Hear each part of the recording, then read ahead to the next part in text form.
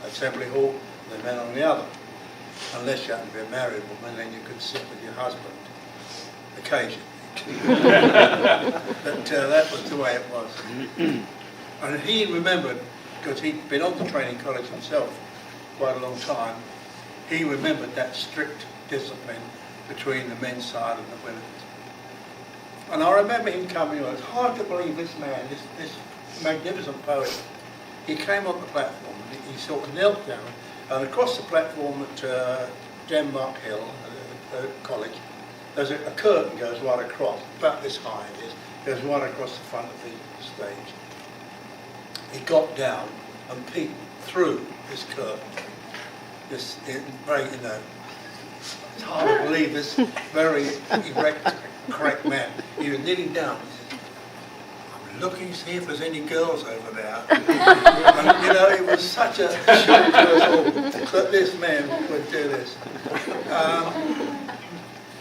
The other time I remember seeing him particularly was I was stationed at a corps called Gosport, which was quite near to Boscombe, where he was a soldier in his retirement. And Mike and my band and Salter were asked to go through and do the Friday night holiness meeting at Boscombe.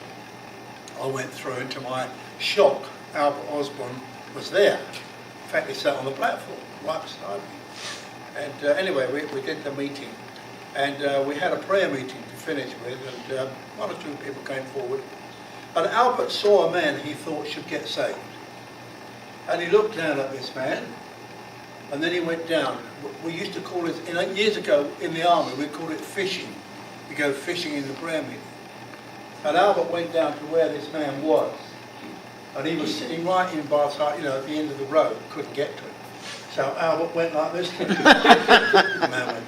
Albert did it again.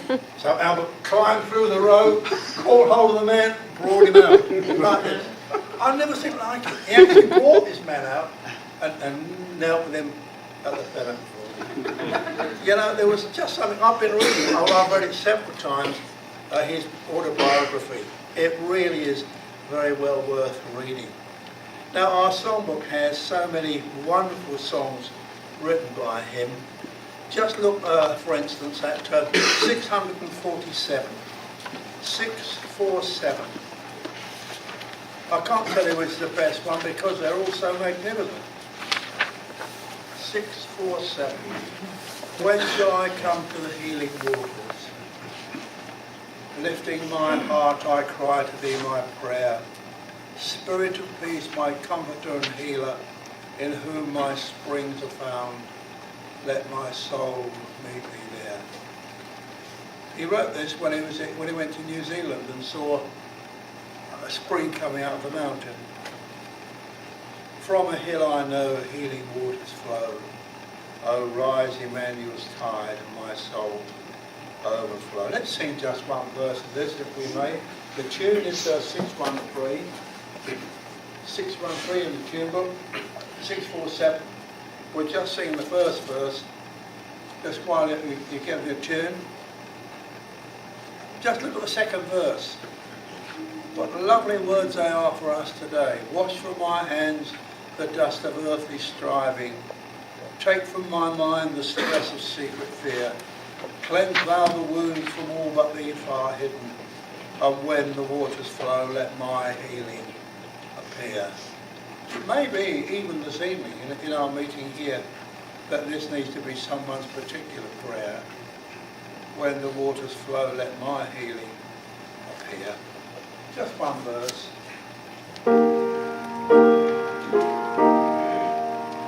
When shall I come unto the healing waters, lifting my heart, I cry to thee my prayer. Spirit of peace, my comforter and healer, in whom my springs are found, let my soul meet thee there. From hill I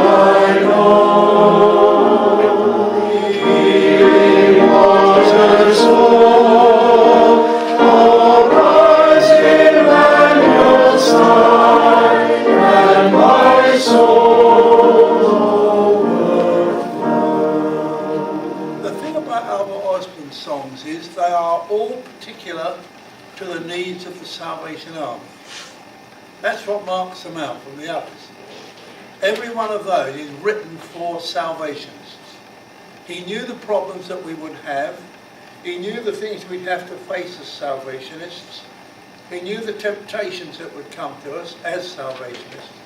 And all the songs, if you had time, we haven't time now, but if you look them up, you'll discover they are written particularly for salvationists. Not for Methodists or the Baptists or the Hungarians, but for the Salvationists. That's who these are geared to. And I must confess, when I look and read these lovely songs, which he did, I think what a marvellous man he was. He was a very thinking, caring man, and yet, in a sense, a very earthly man. And when you read his book, which I've read so many times now, I find it so uplifting, his early life, what he did. He was a messenger boy at headquarters at IHQ, taking letters to the post and things like that. Now when you read about it, and his first attempt to write a song, he wrote and took it into his boss, who was an officer, and tore it up and said, "You haven't got time to waste your life doing this sort of thing." And but it didn't deter him. He came through. 501. Look at 501. I'm choosing these because these were people that I personally knew.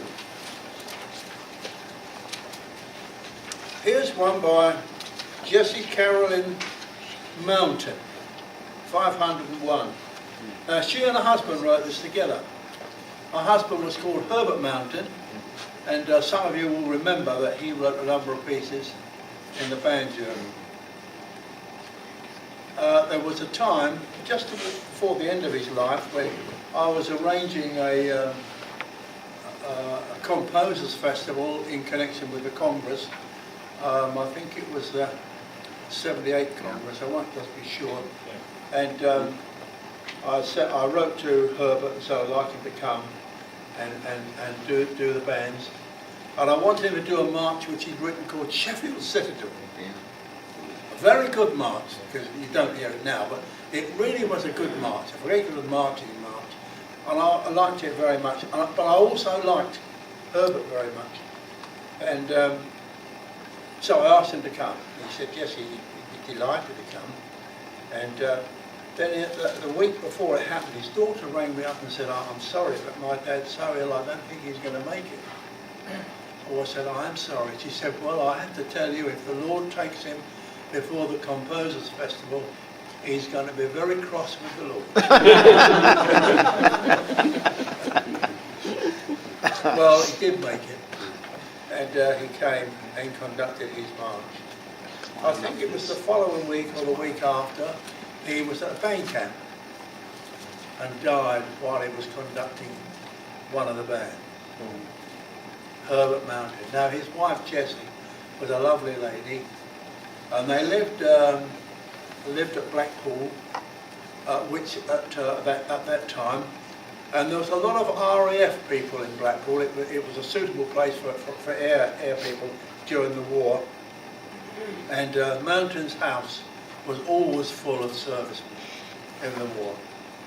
You could always guarantee there'd be a dozen there every meal. And these people took it upon themselves. When Herbert died, they asked me if I would conduct his funeral, which I did. And we had the funeral, the service at the hall, and then the actual funeral was a little way away. And we had, the band wanted to march all the way, but you had to go a certain part across some grass. They said, "Oh, don't worry, we'll do that all right." So they played Sheffield Citadel as we marched along and went through a field to where the cemetery actually was. As we went through there was a high fence this side, well, no higher than that piano, but as we marched through, and I'm at the head of this march going through, I saw dozens of cows rushing towards this fence. I could hear the band coming, and they all wanted to see what it was. And then they were all looking over. I thought, how happy Herbert would be. All these people Well, he was a great man, great people, he and Jessie. And just look at, and I just imagine now, she wrote the words, and I don't think they just did this easily. I don't think Herbert found it easy to write music. But just look at the chorus. Into thy hands, Lord, take me and mould me, e'en as the potter handles the clay. Make me a vessel fit for thy service. Cleanse me and fill me and use me today. Every time I read that, I have a picture of Herbert and Jessie, these two marvellous Salvationists who wanted to serve God. He wrote a number of band pieces, but this, I think, was the epitome of all the things he did. Not in my own strength can I accomplish all thou art planning for me day by day. Only the limit of human endeavour, humbly I seek, Lord, the grace to obey. We heard yesterday about Bramwell Coles. He was being discussed here in one of our meetings. And the first time I wrote a piece, I actually had heard a song the songster sang and made a band arrangement, sent it in. And he said, well, if I could go up and sing, he'd like to see me. So I was very encouraged. This was Bramwell Coles. And, you know, in those days, I mean, I thought he was next to the Lord. So I went to see him. And he said, you know, Norman, we don't really want arrangements of what the songsters sing. Do something of your own. Do a march. Well, I was so I can't tell you how excited I was that this man was asking me to go and do this. He said, when you've done it, come back and we'll look it over. I went back and it, 2 or 3, couple of, not very long after. I'd written this so quickly. And got a march called To Regent's Fair. And I was only just a youngster.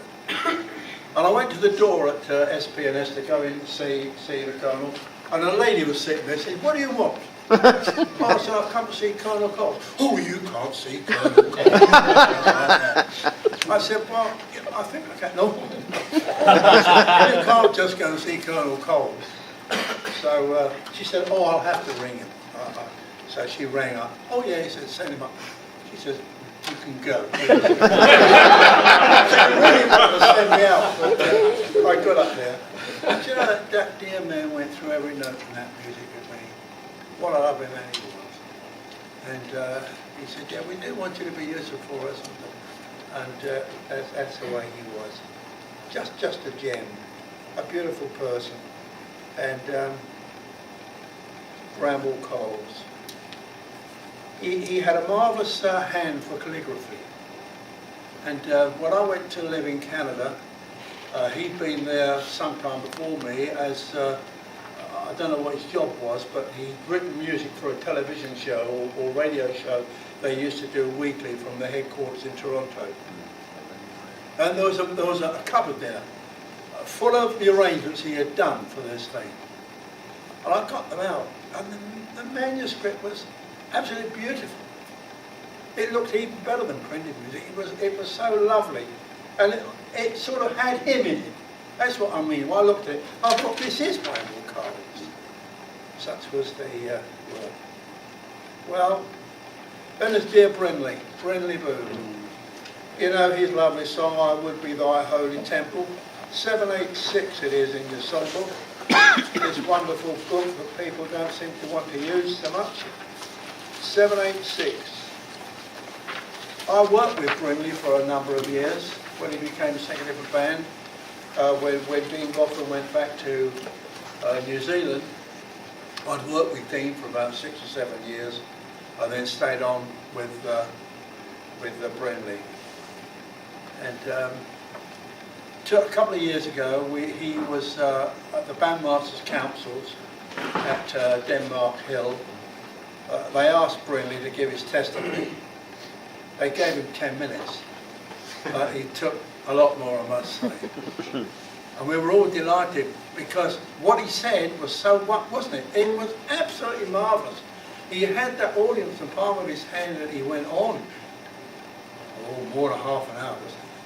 It was, I mean, I felt sorry for the poor commissioner because he hadn't got a chance after that. Nobody really, it was the time to finish the meeting when he finished. Anyway, he was about to go back to his seat and the commissioner said, I think it would be nice, Brenly, if you led us in your song, I Would Be Thy Holy Temple. Now, Brenly is an old man, of course. So he came back and to his original tune, la la la la la la dee, da. Well, he led it. The atmosphere in that hall was electric. It really was marvellous. And I finished with another man I knew, Ernest Rance. What a lovely man he was. 766 is his song. 766.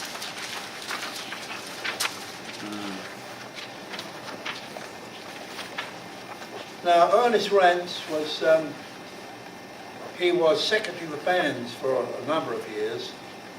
That perhaps doesn't mean too much to you, but in Britain we had a bands department. And the secretary of band was responsible for all the bands in the British territory, assisted by the national bandmaster, who was me. And Ernie Rance was the secretary of band before Dean Goffin came. And Dean was followed by Brenly, then I followed in, Les Condon came in, and then I followed Les into that job where I stayed until it was time to retire. Now, Ernest Rance, he was a quiet man. Very, very quiet, personal sort of man. Your job to talk to him, but he really was very lovely. He was a great studier of Prout. That was his second Bible, Prout. And he was very, very careful about the harmonies he did, and they really are very lovely. He wrote one or two band pieces, but he's best known, I think, for the things he did for the vocal. But he did this lovely song. Someone read out verse 1, 766.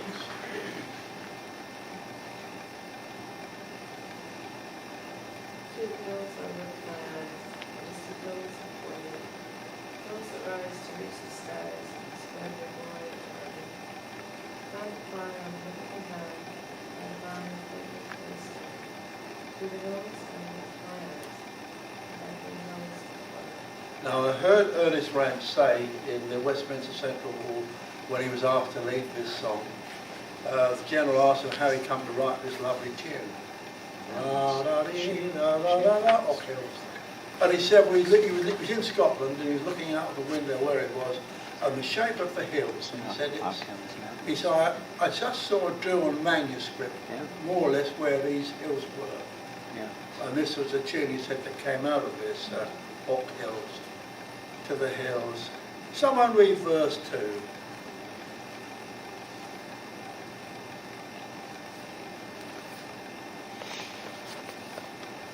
Eyes may scan the dizzy height, and human feet stand on it. Only faith and mystic flight can see the realms beyond it. Steeper than the mountains of time, higher than the loftiest climb, o'er the hills I lift my eyes, from thence my help is coming.